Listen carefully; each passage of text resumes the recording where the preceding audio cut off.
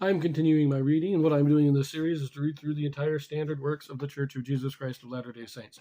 This consists of the Bible, the Book of Mormon, the Doctrine and Covenants, and the Pearl of Great Price.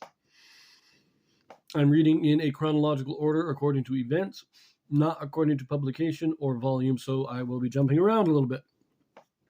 Right now I am in the book of Job. This is chapter 26. Job reproves Bildad's lack of empathy. He extols the power and greatness and strength of the Lord. But Job answered and said, How hast thou helped him that is without power? How savest thou the arm that hath no strength? How hast thou counseled him that hath no wisdom? And how hast thou plentifully declared the thing as it is? To whom hast thou uttered words, and whose spirit came from thee? Dead things are formed from under the waters, and the inhabitants thereof. Hell is naked before him, and destruction hath no covering. He stretcheth out the north over the empty place, and hangeth the earth upon nothing. He bindeth up the waters in his thick clouds, and the cloud is not rent under them. He holdeth back the face of his throne, and spreadeth his cloud upon it. He hath compassed the waters with bounds, until the day and night come to an end. The pillars of heaven tremble, and are astonished at his reproof. He divideth the sea with his power, and by his understanding he smiteth through the proud. By his spirit he hath garnished the heavens. His hand hath formed the crooked serpent. Lo, these are parts of his ways, but how little a portion is heard of him. But the thunder of his power, who can understand? So here starts off with he does, what good is your counsel? You haven't helped me in any way. You're not showing me pity. You're not showing me empathy. You're not doing any good.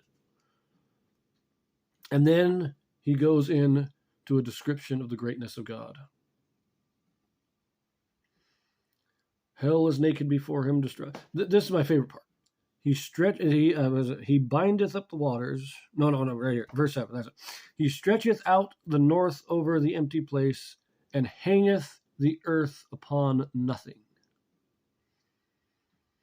So people will have us believe that the ancients, and that the Old Testament itself, describes the earth as being a flat plane set on pillars to support it, with a dome over it. It's a very mythological thing, coming from the way various myths have described it, but the Bible doesn't actually describe this way. Job knew that the earth was not resting on anything. It is suspended in space. Hangeth the earth upon nothing. He knew astronomy. He knew the planets. He knew how the solar system worked. And he knew that it was by God's power that it is all held together. The water remains in the ocean because God tells it to. God has ordered it that way. So he is praising the power of God, and he is showing us that the ancients understood the solar system.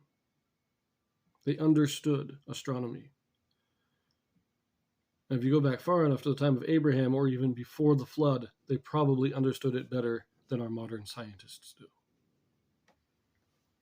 But we will continue with Job's response in the next video.